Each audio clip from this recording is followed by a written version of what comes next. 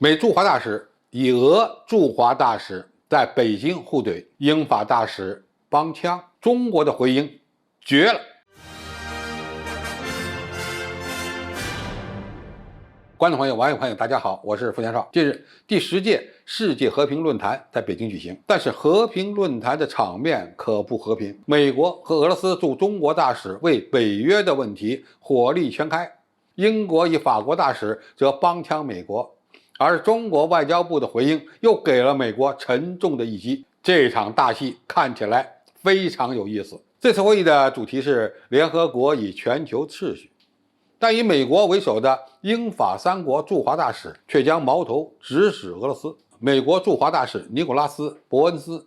谴责俄罗斯无端入侵乌克兰，违反了联合国宪章，是对世界秩序的最大威胁。但是美国人也没忘了指责中国。伯恩斯希望中国外交部停止重复俄罗斯的宣传，把这场战争归咎于北约，也希望中国外交部不要再说关于美国生物武器实验室的谎言，乌克兰境内不存在这种实验室。对伯恩斯的言论，俄罗斯驻华大使杰尼索夫反驳道，美国驻华大使似乎忽略了北约扩张的背景。北约在过去这些年中的5轮扩张，正是北约的东扩导致俄罗斯迫不得已采取行动。另外，他也提醒美国人注意2014年4月开始的乌东不断进行的交火事件。拜登上台后对俄态度强硬，支持乌克兰加入北约，增加对乌政府的军事援助，都促进了俄乌冲突的爆发。在俄罗斯驻华大使杰尼索夫做出一系列强有力的回击后，英法2国大使依旧没有停止对俄罗斯的指责。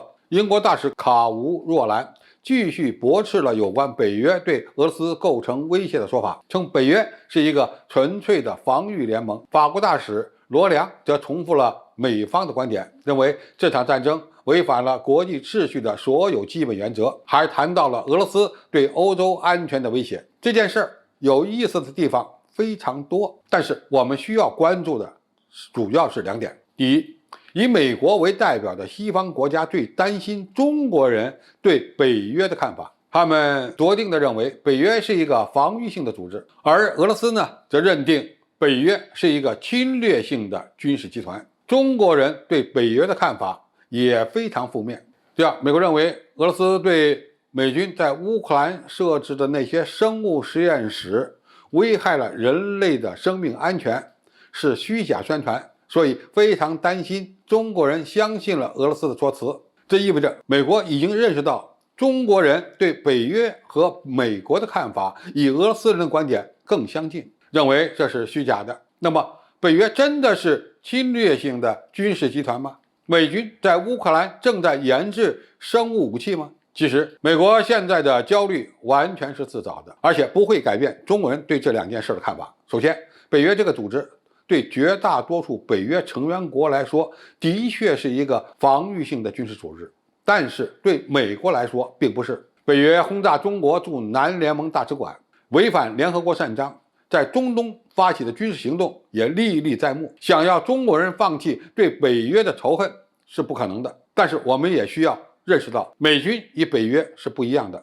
真正炸中国大使馆的正是美军，而不是法国、德国等其他几十个欧洲国家。对其他欧洲国家而言，参加北约的确是为了防御俄罗斯的威胁，毕竟这些国家太小了，有俄罗斯这个庞然大物在身边，他们感觉不安全。中国或许会理解其他欧洲国家参加北约的理由，但是永远不会理解美国嘴里的北约是防御组织的说法。其次，美国在乌克兰是否在搞生物武器，这的确是俄罗斯方面的说法。中国从来没有说肯定有，但是美国人也没有解决中国人的关切和疑虑。毕竟美军在全世界各地设立了大量的生物实验室的动机是存疑的，而且美国拒绝加入禁止生物武器公约，而且呢还禁止联合国的相关组织对这些生物实验室进行核查。最后，中国人对事物的看法有自己独立的观点，不是基于俄罗斯的说法，也不是